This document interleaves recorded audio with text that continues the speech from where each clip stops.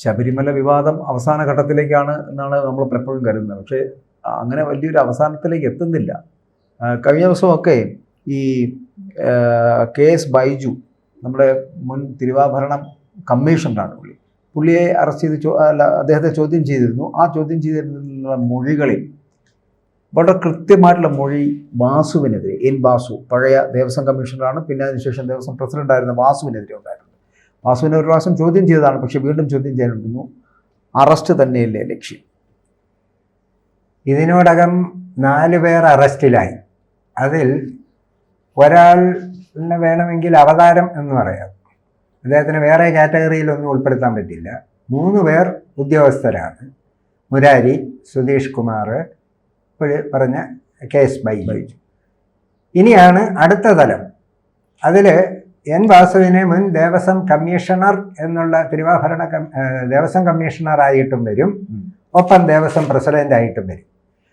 ഏത് തസ്തികയുടെ പേരിലാണ് അറസ്റ്റ് ചെയ്യുന്നത് എന്നുള്ളതിന് പ്രസക്തിയില്ല, വ്യക്തികൾക്കാണ് പ്രസക്തി. അപ്പോൾ ശ്രീ KS ബൈജുവിൻ്റെ മൊഴിയിൽ നിന്നും നമ്മൾ മനസ്സിലാക്കുന്നത് ഈ ഉണ്ണികൃഷ്ണൻ പോറ്റിക്ക് ഇത് കൈമാറാനും കൊടുത്തുവിടാനുമൊക്കെ അനുവാദം കൊടുത്തതും സ്മാർട്ട് ക്രിയേഷനിൽ തന്നെ കൊണ്ടുപോകാനുമായിട്ടൊക്കെ ഉത്തരവിട്ട് കൊടുത്തത് അദ്ദേഹത്തിൻ്റെ ശുപാർശ പ്രകാരമാണെന്നുള്ളതാണ് മൊഴിയായി നമ്മൾ പറഞ്ഞു കേൾക്കുന്നത്. അത് ഈ മൊഴി പറഞ്ഞതിനോടൊപ്പം അതിന് തെളിവും കൂടെ കിട്ടിക്കഴിഞ്ഞാൽ ഏത് നിമിഷവും അറസ്റ്റ് ഉണ്ടാകും. ഇപ്പൊ സുധീഷ് കുമാറിന്റെ കാര്യത്തിലും അങ്ങനെയായിരുന്നു. ഇങ്ങനെ മൊഴികൾ വരുന്നു എന്ന് പറഞ്ഞു കേട്ടോണ്ടിരുന്നപ്പോൾ തന്നെ അറസ്റ്റും ഉണ്ടായി. കാരണം ഇവരെ ഒന്നും അറസ്റ്റ് ചെയ്യാൻ ഇനി മുൻകൂർ അനുവാദമൊന്നും വേണ്ട. അഡ്വാൻസ് ആയിട്ട് എത്ര ഉന്നതനായാലും എത്ര സ്വാധീനമുള്ള ആളായാലും ഒന്നും നോക്കാതെ കൃത്യമായി വ്യക്തികൾ ചെയ്ത കുറ്റത്തിനനുസരിച്ച് നടപടി എടുത്തുകൊള്ളാനുള്ള എല്ലാ സ്വാതന്ത്ര്യവും നിയമപരമായി കോടതി ഈ ഉദ്യോഗസ്ഥർക്ക് നൽകിയിട്ടുണ്ട്. അതനുസരിച്ച് അത് പാലിക്കുന്നവരുമാണ് ആ ഉദ്യോഗസ്ഥർ എന്നാണ് ഇതുവരെ നമ്മൾക്ക് ബോധ്യം വന്നിട്ടുള്ളത്. അപ്പൊ ഇവിടെ ഏത് നിമിഷവും ശ്രീ വാസു എന്ന മുൻ കമ്മീഷണർ ഒപ്പം പ്രസിഡന്റിന്റെ അറസ്റ്റ് ഏത് നിമിഷവും നമുക്ക് പ്രതീക്ഷിക്കാം. പിന്നെ ഒരു പക്ഷേ ശ്രമിക്കുന്നത് 17-ാം തീയതി ആകുമ്പോൾ വൃശ്ചികം മണ്ഡലകാലമാണ്. ആ മണ്ഡലകാലം അങ്ങോട്ടായി കഴിഞ്ഞാൽ പിന്നെ ഒരു മകരവിളക്ക് കഴിയുന്നത് വരെ ജനുവരി 15, ഒരു 1.5 മാസം ഈ പഞ്ചായത്ത് തെരഞ്ഞെടുപ്പും ഒക്കെ കഴിയുന്നത് വരെ ഈ വിഷയം വേണമെങ്കിൽ ഈ വാസുവിന്റെ അറസ്റ്റ് വരുമ്പോഴാണല്ലോ പൊളിറ്റിക്കൽ ആയിട്ടുള്ള ഒരു ഇത് വരുന്നത്. ഇതുവരെ ഉദ്യോഗസ്ഥർ കുഴപ്പക്കാർ എന്ന് പറഞ്ഞു നിൽക്കാം. അതിനുവേണ്ടി എന്തെങ്കിലും ശ്രമങ്ങൾ പാർട്ടിയുടെയോ ഗവൺമെന്റിന്റെയോ ദേവസ്വം മന്ത്രിയുടെയോ ഭാഗത്ത് നിന്നുണ്ടാകുന്നു നമുക്കറിയില്ല. എന്തായാലും വളരെ ഫാസ്റ്റ് ആയിട്ട് കാര്യങ്ങൾ പോവുകയാണ്. 6 ആഴ്ചക്കകം എല്ലാ അന്വേഷണവും നടത്തിയിട്ട് എല്ലാ കുറ്റപത്രവും എല്ലാ കാര്യങ്ങളും കോടതിയെ ഏൽപ്പിക്കണമെന്നാണ്. അതിലേതാണ്ട് 4 ആഴ്ച കഴിഞ്ഞു. ഇനി കേസെടുക്കുന്നത് ഡിസംബർ 3-നാണ്. ആ ഡിസംബർ 3-ന് മുമ്പ് ഇതെല്ലാം നടന്നിരിക്കും. കോടതി മറ്റൊരു കാര്യം കൂടി പറഞ്ഞിട്ടുണ്ട്. ഈ ഇരിക്കുന്നതെല്ലാം ഒറിജിനൽ അല്ല, ഡ്യൂപ്ലിക്കേറ്റ് ആണോ എന്നൊരു സംശയമുണ്ട്. ആ സംശയം തീർക്കാൻ വേണ്ടി ഈ സ്വർണം പൂശാൻ കൊടുക്കാത്ത ഭാഗങ്ങൾ എല്ലാ പാളികളിൽ നിന്നും അത്തരം ഭാഗങ്ങൾ എടുത്ത് 3 ടെസ്റ്റ്, രാസപരിശോധന ടെസ്റ്റ് നടത്താനാണ് പറഞ്ഞിരിക്കുന്നത്. ഒന്നിന്റെ പേര് ഇലക്ട്രിക്കൽ കണ്ടക്ടിവിറ്റി ടെസ്റ്റ്, ഒന്ന് സ്പെക്ട്രോസ്കോപ്പിക് അനാലിസിസ്, ഒന്ന് മൈക്രോ സ്ട്രക്ചർ ടെസ്റ്റ്. ഇതൊക്കെ ശാസ്ത്രീയമായ ടെസ്റ്റാണ്, കോടതി എന്ന് പറഞ്ഞിരിക്കുക. ഈ 3 ടെസ്റ്റ് നടത്തി കഴിഞ്ഞാൽ വിജയമല്യ കൊടുത്തതാണോ, ഈ ഉണ്ണികൃഷ്ണൻ പോയിട്ട് ഡ്യൂപ്ലിക്കേറ്റ് കൊണ്ടുവന്നതാണോ എന്നൊക്കെ കണ്ടുപിടിക്കാൻ കഴിയും. അപ്പോൾ ആ ടെസ്റ്റ് എല്ലാം ഇതിനിടയ്ക്ക് നടക്കണം. അപ്പൊ ഇവിടെ വിഷയം ഉദ്യോഗസ്ഥ തലത്തിൽ നിന്ന് മാറി ഭരണാധികാരിയായ ദേവസ്വം ബോർഡ് പ്രസിഡന്റായ ശ്രീ വാസുവിനെ 3-ാം പ്രതിയാണ്. അദ്ദേഹത്തിന് അറസ്റ്റ് വന്നാൽ അവിടെ കൊണ്ടും ചിലപ്പോൾ നിൽക്കില്ല. അദ്ദേഹത്തിനും വേണേ പറയാം ഇനി അതിനും മുകളിൽ നിന്നുള്ള ശുപാർശയാണ് എന്നുണ്ടെങ്കിൽ, ഈ ശുപാർശ എന്നുള്ള വാക്കാണല്ലോ ഏറ്റവും വലിയ കുഴപ്പം. അങ്ങനെയാണെങ്കിൽ മന്ത്രിയാക്കാം. ഈ കോടതിയിൽ പ്രേരണ കുറ്റം എന്ന് പറഞ്ഞ ഉള്ള ഒരു വകുപ്പുള്ളത് പോലെ ഈ ശുപാർശ കുറ്റം എന്ന് പറഞ്ഞ ഒരു കുറ്റവും അവിടെ വരും. ഗ്രാവിറ്റി കുറയുമെന്നേ ഉള്ളൂ. തീർച്ചയായിട്ടും. അപ്പോൾ അത് എപ്പോൾ സംഭവിക്കുമെന്നുള്ളത് മാത്രമേ നമുക്ക് നോക്കേണ്ടതായിട്ടുള്ളൂ. വളരെ വേഗത്തിൽ വന്നുകൊണ്ടിരുന്ന ഒരു അന്വേഷണം ഇപ്പോൾ ഒരു ചെറിയ സ്പീഡ് കുറഞ്ഞു എന്നൊരു ചെറിയ സംശയം മാത്രമേ ഉള്ളൂ.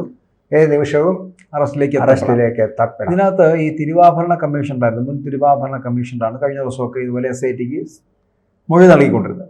അദ്ദേഹത്തിൻ്റെ മൊഴിക്കകത്ത് പറയുന്നതാണ് ഈ സ്മാർട്ട് ക്രിയേഷൻസ് എന്ന് പറയപ്പെടുന്നവർക്ക് ഇങ്ങനെ സ്വർണം പൂശുവാനുള്ള വൈദഗ്ധ്യമുള്ളവരല്ല എന്നുള്ള റിപ്പോർട്ടാണ് ഇദ്ദേഹം സമർപ്പിച്ചത്.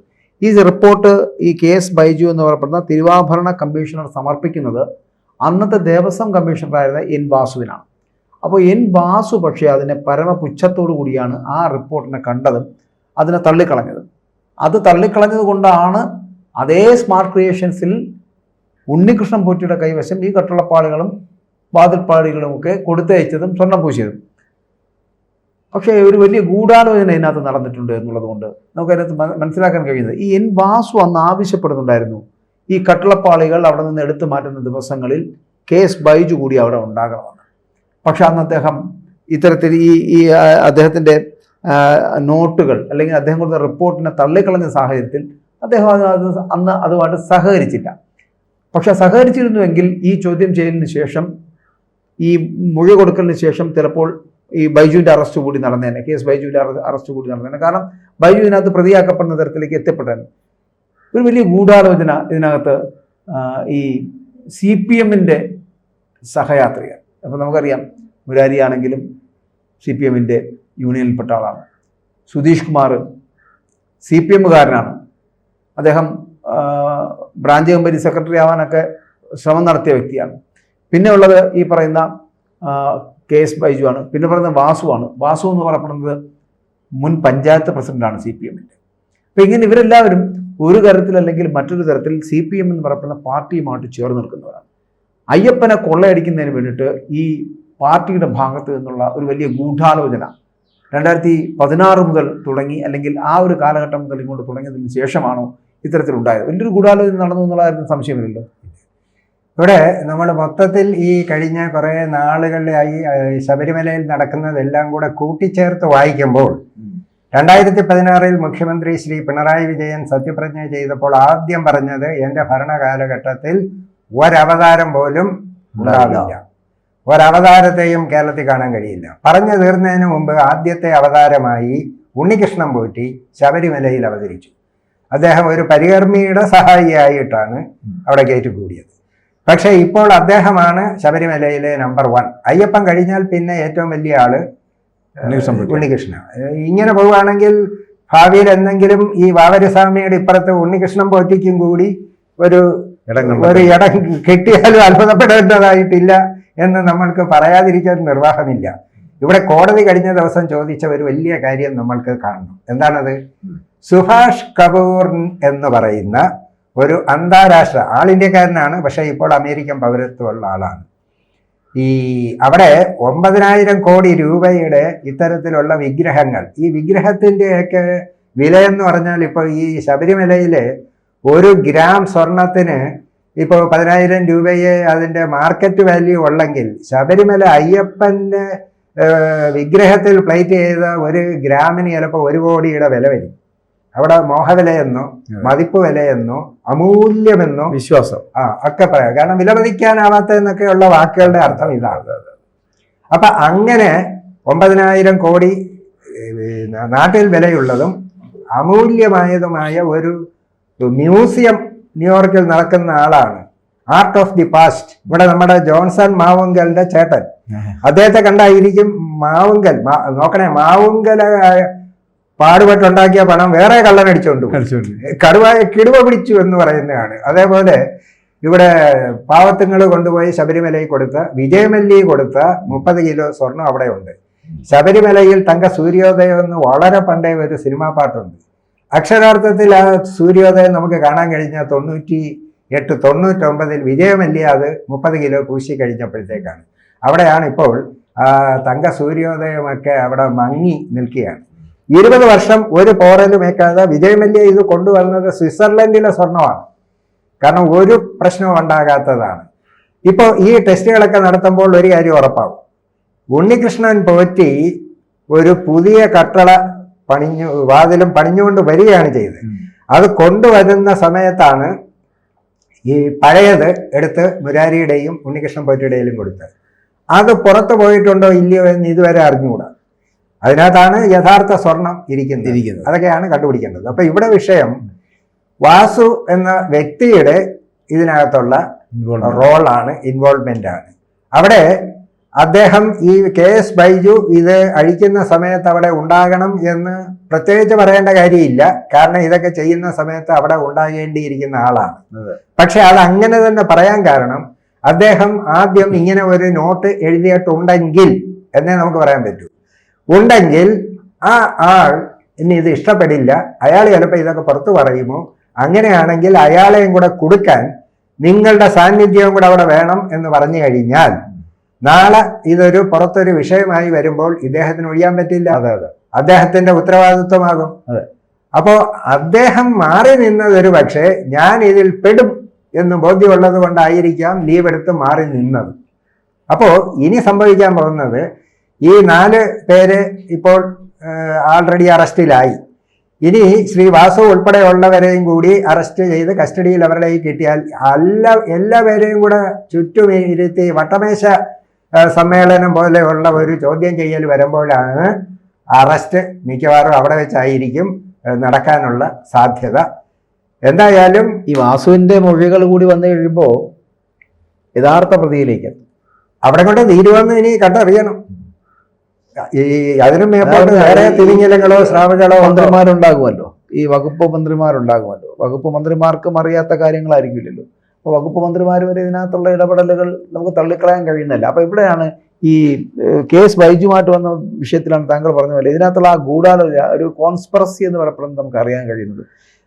ഇദ്ദേഹം അവിടെ ഉണ്ടാകണമെന്ന് വാസു ശഠിക്കുന്നതും വാസു മനസ്സിലാക്കുന്നതും ഈ പറഞ്ഞതുപോലെ ഒരിക്കലും ഒരു വിഷയം ഉണ്ടായിക്കഴിഞ്ഞാൽ ഈ KS ബൈജുവിനെ പോലുള്ള ഈ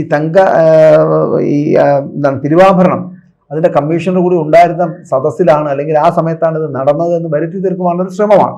അപ്പൊ അങ്ങനെ വരുമ്പോഴത്തേനും എല്ലാവരും കൂടി ചേർന്നിട്ടുള്ള ഒരു പദ്ധതിയായിരുന്നു എന്നും തനിക്ക് മാത്രമായിട്ട് ഇതിനകത്ത് റോൾ ഇല്ല എന്നും പറഞ്ഞു വെക്കുവാനുള്ള ഒരു ശ്രമമാണ് ഇതിലൂടെ ആദ്യമേ, അതാണ് ഞാൻ പറയുന്നത്, ഒരു കോൺസ്പിറസിയാണ്, ഒരു ഗൂഢാലോചനയുള്ളത്. ആ ഒരു ശ്രമം ആദ്യമേ വാസു നടത്തിയിട്ടുണ്ടായിരുന്നു. അപ്പോൾ വാസുവിന് നിർദ്ദേശം നൽകുന്നവരും വാസുവിനെ കൊണ്ട് ഇങ്ങനെ ചെയ്യിക്കുന്നവരും ഒക്കെ, ഇതിന് പിന്നിൽ പ്രവർത്തിക്കുന്നവരും ഒക്കെ വളരെ സൂക്ഷ്മമായിട്ട് ഈ കാര്യങ്ങൾ പഠിച്ചതിന് ശേഷമാണ് ശബരിമലയിൽ കൊള്ളക്കിറങ്ങിയത് എന്നുള്ള കാര്യത്തിൽ സംശയമില്ല. സാധാരണ നമ്മൾ പറഞ്ഞു കേട്ടിട്ടുള്ളത് ഏതെങ്കിലും ഒരു രാത്രിയിൽ ഒരു കള്ളൻ അമ്പലത്തിൽ കയറി വിഗ്രഹം അടിച്ചുകൊണ്ട് പോകും. ഒറ്റ ഒരു വെറുതെ ഉള്ളൂ, ഒറ്റ ഒരാളിൽ മാത്രം നിക്ഷിപ്തമാവുന്ന ഒരു സംഗതിയാണ്. അത് ജയിക്കാം അല്ലെങ്കിൽ പരാജയപ്പെടാം. ഇവിടെ അതല്ല. ഇവിടെ ഇങ്ങ് താഴെ തട്ട് തൊട്ട് മേലെ തട്ട് വരെ. ഇപ്പൊ ഒരു ചൊല്ലുണ്ടല്ലോ, മോന്തായം വളഞ്ഞാൽ കഴുക്കോലുകളെല്ലാം വളയും. ഇപ്പം 5-6 കഴുക്കോല് വളഞ്ഞു, ഇനി അടുത്ത മോന്തായത്തിലേക്ക് പോവുകയാണ്. കഴുക്കോല് വളഞ്ഞിട്ടുണ്ടെങ്കിൽ മോന്തായവും വളയും. മോന്തായമാണോ ആദ്യം വളഞ്ഞത്, കഴുക്കോലാണോ വളഞ്ഞതെന്ന് മാത്രമേ ഇനി അറിയാനുള്ളൂ.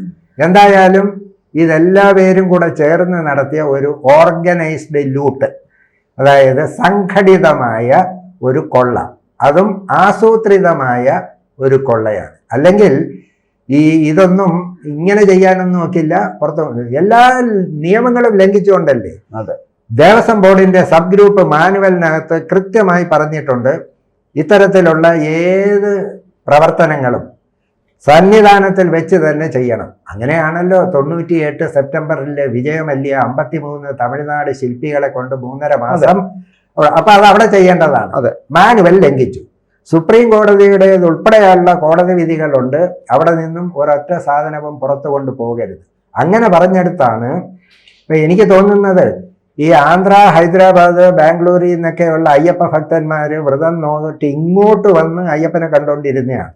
അപ്പൊ ഉണ്ണികൃഷ്ണൻ പോറ്റിക്ക് തോന്നിക്കാണ് ഇനി അവരെ ബുദ്ധിമുട്ടിക്കാതെ ഇത് അങ്ങോട്ട് കൊണ്ടുപോയി കാണിച്ചാല് ഇവിടെ വീഴുന്ന രൂപയൊക്കെ അവിടെ ഒരു വഞ്ചിയും കൂടെ ഇതിന്റെ മുമ്പിൽ വെച്ച് അടിച്ച് പറഞ്ഞല്ലോ.